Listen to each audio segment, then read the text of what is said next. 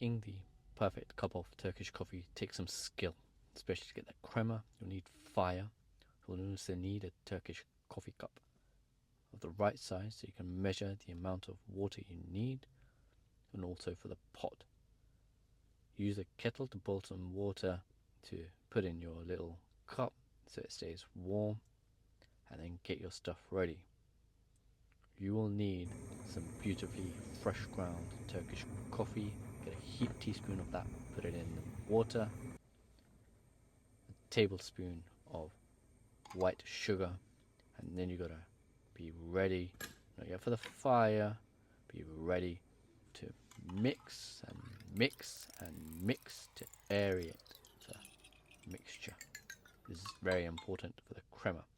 Finally, for the fire, you warm the coffee gently and not to a full boil.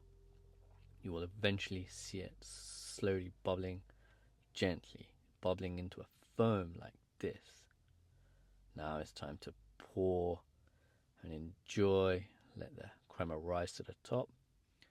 You need to see that again because it's worth seeing again. Pour, the crema comes to the top.